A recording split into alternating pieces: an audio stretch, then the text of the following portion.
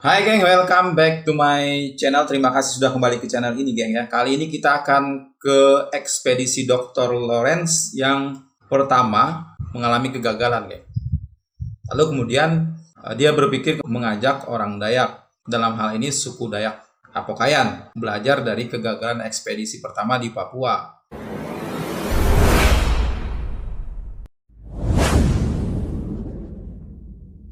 Sebelum kita mengikuti bagaimana ekspedisi Dr. Lawrence dan tim khusus yang dia bentuk dari suku Dayak ini, jangan lupa like dan subscribe. Bagi yang belum, yang sudah, terima kasih banyak. Di ekspedisi kedua ini, geng, berbeda dengan ekspedisi pertama. Ekspedisi pertama, timnya begitu gemuk, tim yang ini lebih ramping dengan melibatkan kurang lebih 82 orang Dayak dalam hal melacak dan mengenal alam yang mereka anggap masih yang terbaik, bahkan lebih orang paling ahli di Eropa. Bagaimana bisa seperti itu, geng? Langsung saja kita ke ekspedisinya.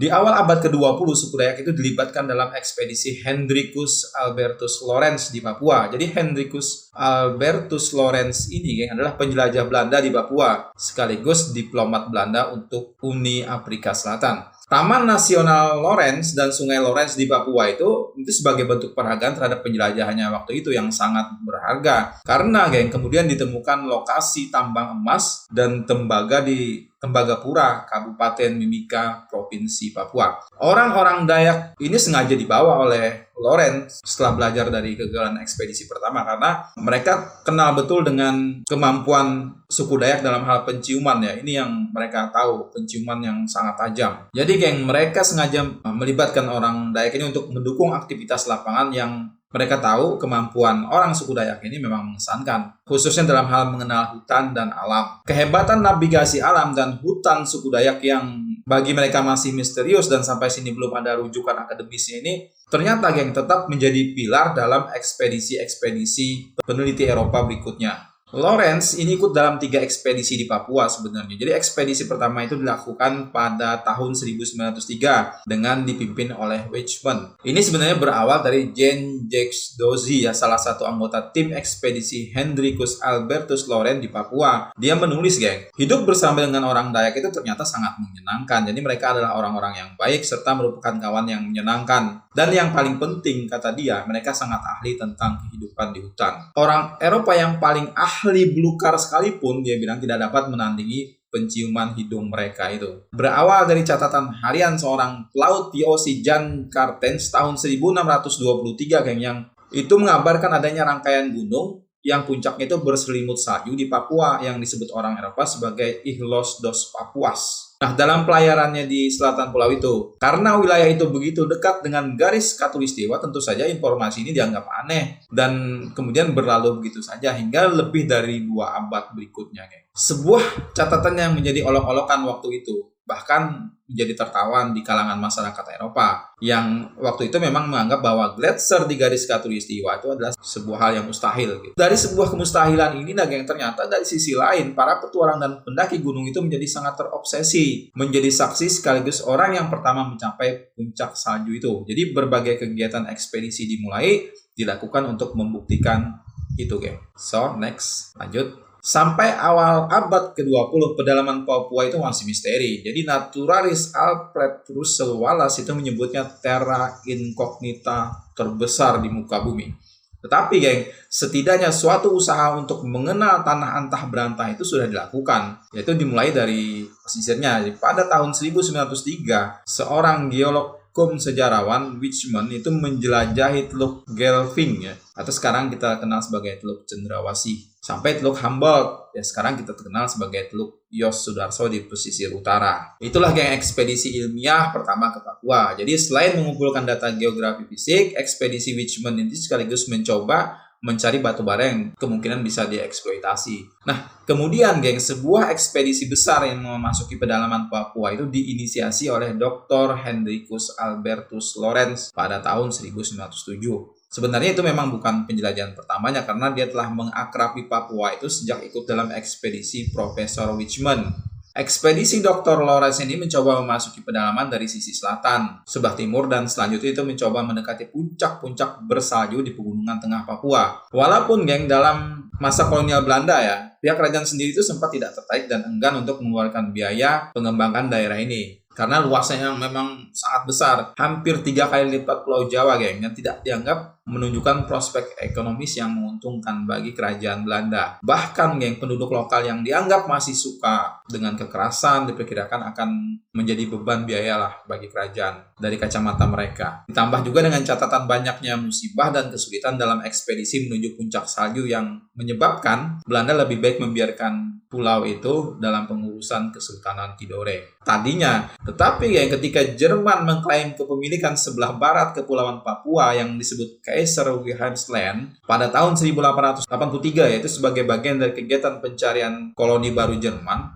membuat Belanda ini gerah dan kemudian memicu melakukan kegiatan penelitian dan pemetaan di pulau itu. Dan benarlah pada tahun 1904 pemerintah kolonial Belanda itu mulai mengirimkan militer yang dipimpin oleh Kapten Angkatan Darat Meyers dan de Rachman untuk survei awal dan berhasil menemukan sungai yang merupakan lelehan pegunungan bersalju di daerah Asmat yang dinamakan Sungai North atau Utara. Kemudian misi dilanjutkan dengan mengirim Hendrikus Albertus Lawrence pada tahun 1907 untuk menyusuri hulu Sungai North kemudian mendaki pegunungan salju. Sangat sayang.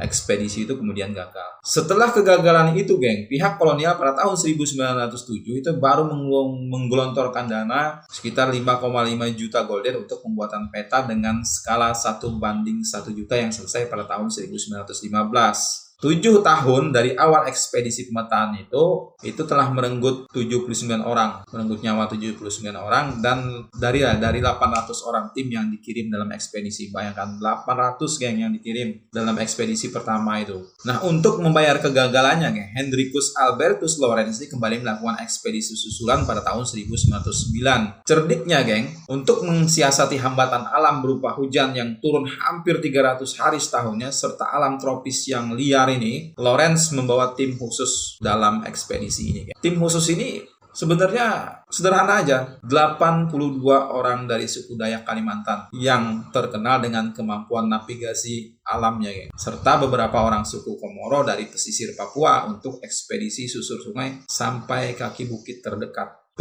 Terbukti, dengan dibantu oleh orang Dayak dan Komoro inilah Lawrence berhasil menyusuri Sungai North dan membelah hutan untuk mencapai puncak yang dinamakannya Wilhelmina, salah satu puncak tertinggi di Irian Jaya dengan ketinggian 4.730 meter. Atas keberhasilan tim ini, yang dipimpin oleh Lawrence, akhirnya Sungai North diubah namanya menjadi Sungai Lawrence. Sedangkan puncak Wilhelmina pada era Soekarno itu dirubah namanya menjadi Puncak Trikora.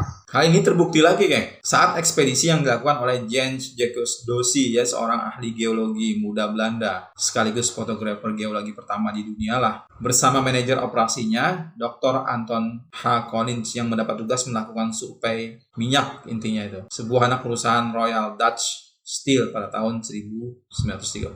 Pada awalnya, survei ini bertujuan untuk mencari lokasi sumber minyak baru dari hasil konsesi 100.000 km persegi yang didapatkan oleh konsorsium Nederland ini dari pemerintah kolonial Belanda. Di mana, BPM sendiri punya porsi saham 40% dari konsorsium itu. Untuk menghemat dan mengefisienkan ekspedisi, tim dibuat sangat teramping. Selain Collins dan Dosy, tim hanya membawa 8 orang Dayak Pokayan dan seorang pilot penerbang angkatan laut bernama Fritz J. Wiesel bagian pengiriman barang. Jens Jacques Dosy ini agak lebih baik dari era ekspedisi sebelumnya. Saat tahun 1936 sudah tersedia pesawat terbang jenis Sikorsky. Dalam catatan lain, orang Dayak lah yang membuat teknik memanjat tebing dari pohon dan membuat tangga kasar, serta hanya dengan menggunakan indera dan intuisinya jalan perintis menuju puncak salju itu kemudian terbentuk. Bahkan ketika muncul masalah menjatuhkan barang bekal ekspedisi lewat pesawat, usai uji coba beberapa barang hancur atau menggelinding jauh lah. Orang-orang Dayak pula yang mengingatkan Jens Jacques Dosy agar memakai kain selebar 4x4